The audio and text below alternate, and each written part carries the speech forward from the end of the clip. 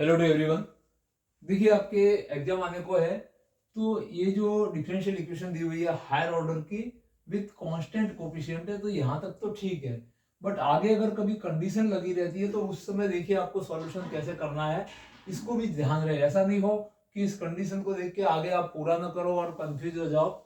तो इसी रीजन से ये एक बहुत सिंपल सा सॉल्यूशन आपको कराया जा रहा है विद अ पर्टिकुलर कंडीशन। इसका एक पर्टिकुलर सॉल्यूशन अपन फाइंड करेंगे। अदरवाइज अपन जनरल सॉल्यूशन तो फाइंड करते ही है, सेम मेथड है, बस लास्ट में ये कंडीशन इसमें अप्लाई करनी होती है। और जो अपन आर्बिट्री कांस्टेंट यूज करते हैं जस्ट C1 C2 C3, उनके वैल्यूज इस कंडीशन से फाइंड किए जाते हैं, फिर उनको वापस उसी अपने जनरल सॉल्यूशन में रखना होता है। तो देखिए इस क्वेश्चन को करते हैं ताकि आपको ये कंडीशनल क्वेश्चन आता है, जैसा कि प्रीवियस ईयर आया था, ये कंडीशन लगी थी, तो उस समय कंफ्यूजन नहीं होना चाहिए। तो जो अपना इसका शुरुआती पॉइंट है, इसके लिए अपन सबसे पहले इसका complete solution y is equal to C F plus P I form में रहता है। अब अपन सी एफ के लिए कैलकुलेशन ऑफ सी एफ, तो फॉर सी एफ के लिए अपन क्या करते हैं, इसमें एक ऑक्सिलरी इक्वेशन बनाते हैं और राइट हैंड साइड को अपन जीरो रखते हैं। अगर डी की फॉर्मेट में भी इसके रूट्स निकाल दोगे, कुल मिला के अपने को रूट्स फाइंड करने हैं, देन आप डी की फॉर्म में ही इसके रूट्स फाइंड कर सकते हो, या इसकी ऑक्सिलरी बना के इसका एक एफ ऑफ एम बना के सॉल्व कर सकते हैं।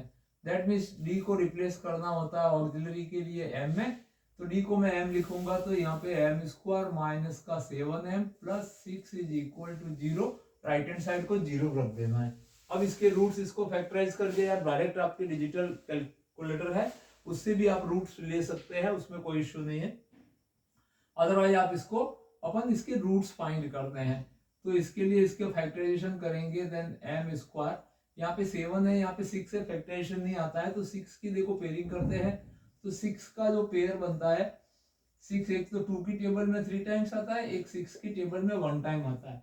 इस साइन को आपने कभी काम में नहीं लिया, यहाँ पे पॉजिटिव है, मतलब आपको पेयर कैसे बनाना है, ऐड करके, और ऐड करके नेगेटिव 7 लाना है, तो नेचुरली ये आपके रिजेक्ट हो जाएगा, बिकॉज 3 और 2 का सम 5 ही होता है, 6 और 1 का सम भी 9 होगा, तो -6m and -m are two values, split the middle term, तो इसको स्प्लिट करेंगे, माइनस का 6m and -m plus 6 is equal to 0 and implies that m -6 and -1 is common, then -6, और इसके आगे आपको पता है m-6 and m-1 is 0, therefore m is equal to 6 and 1। ये जो दोनों रूट आए हैं ये कैसे है, रियल इंटीजर फॉर्म में है और अनइक्वल है। कैसे है, अनइक्वल रूट्स है।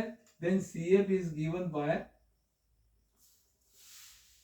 रियल अनइक्वल के लिए CF का वैल्यू रहता है कि e की पावर m1x आपके पास में, और इसके साथ में आप एक कांस्टेंट लगा सकते हो, let C1 and plus C2 constant e raised to m2x, तो therefore CF is equal to C1 यानी आर्बिट्री कांस्टेंट है, और e की पावर m1 की जगह 6x and again C2 e की पावर 1x, 1x मतलब ओनली x, ये इक्वेशन 1 बना के छोड़ दिया। दैट मींस आपका CF आ गया है। अब इसके PI की तरफ बढ़ते हैं, तो PI is equal to 1 upon f of d and q of x, where q of x क्या होता है, आपका राइट हैंड साइड फंक्शन रहता है, और f of d जो आपको गिवन डिफरेंशियल इक्वेशन दी हुई है, that means d square minus 7d plus 6 and right hand side is 2 e raised to 3x। अब इसमें अपन क्या करते हैं एक्सपोनेंट्स के लिए, तो एक्सपोनेंट्स के लिए अपन देखते हैं कि f of d को रिप्लेस करते हैं f of a। इसमें दो केस बनते हैं, नॉट इक्वल 0 एंड इक्वल 0, दोनों के कंडीशन आपको समझा दिए गए हैं पिछले वीडियो में। अब अपन इसमें d को 3 से, इसका a वैल्यू कितना है यहाँ पे, that means f of d को आपका f ऑफ 3 से रिप्लेस करते हैं, तो इसमें 3 रखेंगे, तो देखिए आपका f ऑफ 3 क्या आना चाहिए, 3 का स्क्वायर माइनस 7 इंटू 3 प्लस का 6, इसमें d की जगह 3 रख दिया मैंने, then 9 minus 21 plus 6 and 9 and 6, यहाँ पे आपके पास में प्लस का 15 एंड माइनस 21, देन माइनस का 6 आपको मिल जाता है। तो ये क्या है, आपके पास नॉट इक्वल 0 कंडीशन आ गई, दैट मीन्स यहाँ पे आपको डायरेक्टली PI मिल जाएगा। तो therefore P I is equal to 2, और यहाँ पे आपके पास में रह जाएगा कि आपने इसको रिप्लेस कर दिया है, तो यहाँ पे -6 और e की पावर 3x, 2 से इसको कट करेंगे तो -1/3 आपके पास में आ जाता है। तो अब देखिए इसका कंप्लीट सॉल्यूशन आपके पास में क्या मिला।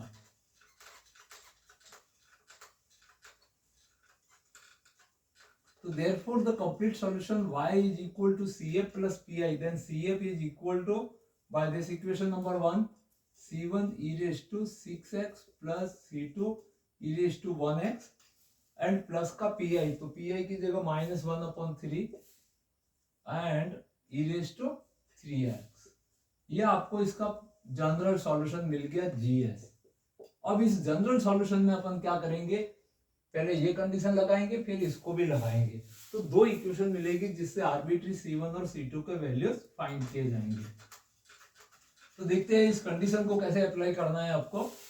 इसमें अपन रखेंगे कि सबसे पहले yx is equal to 0 and y equal to 1, तो इसमें इस जनरल सॉल्यूशन में अपन रखते हैं। तो y इक्वल टू 1 रखा मैंने, C1 e raised to 6 multiply by 0, x की जगह पे 0 रखना है, एंड प्लस का C2 e raised to 0 and minus का 1/3 e raised to 3 into 0, that means e raised to 0 and e raised to 0 1 हो जाएगा।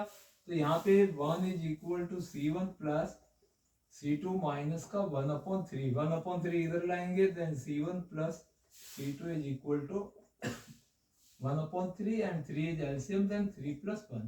तो आपको एक इक्वेशन मिल जाती है, इसको यहाँ पे लिख देते हैं, C1 plus C2 is equal to 4/3।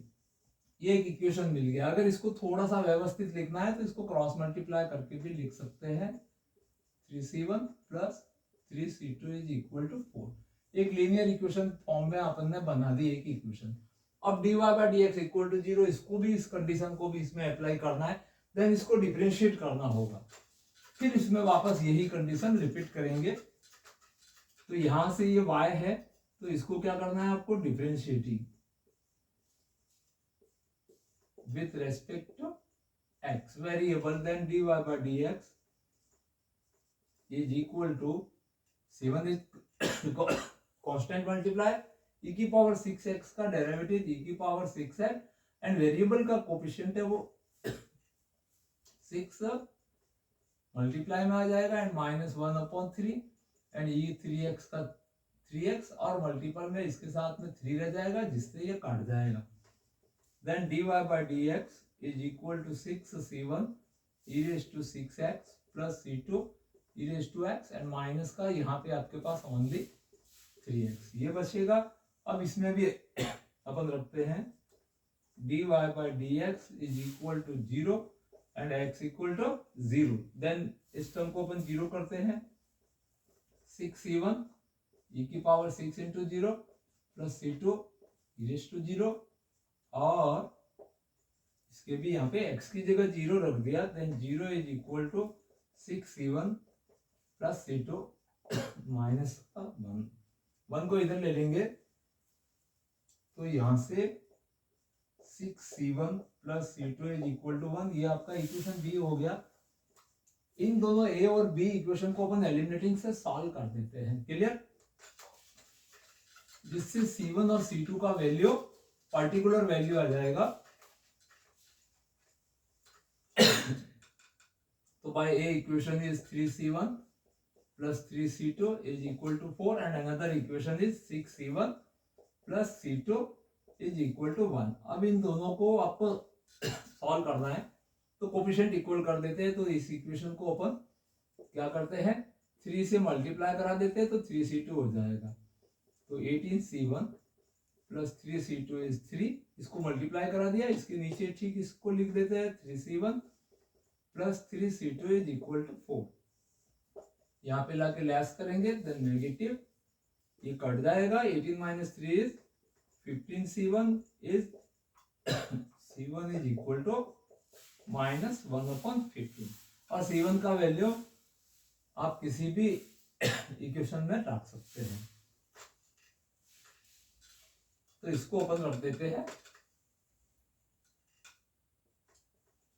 14 B. Suppose इस बी इक्वेशन में अपन C1 का वैल्यू रखते हैं -1/15 plus C2 is equal to 1 और इसको सॉल्व करेंगे 3 की टेबल से आप कट भी कर सकते हैं तो माइनस का 2.5 आएगा तो C2 is equal to 1 plus 2.5 and therefore C2 is equal to, इसको सिंप्लीफाई करेंगे तो आपके पास में 7/5 आ जाएगा।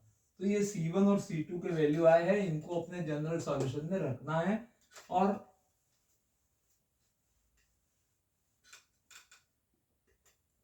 therefore particular solution y is equal to value of C1 is -1/15। C1 को यहाँ से हटा के इसका वैल्यू रख देते हैं e raised to 6x and plus C2 is 7/5 e raised to x minus 1/3 e raised to 3x। तो ये इस कंडीशन का यूज कैसे करना है, कहाँ पे करना है, ये समझाने के लिए इस क्वेश्चन को दिया गया है। तो ये भी थोड़ा ध्यान रखना है, एग्जाम में बी सेक्शन में बनता है क्वेश्चन, छोटा क्वेश्चन, तो आप लोग इस कंडीशन को अप्लाई करिए। Thank you watching this video.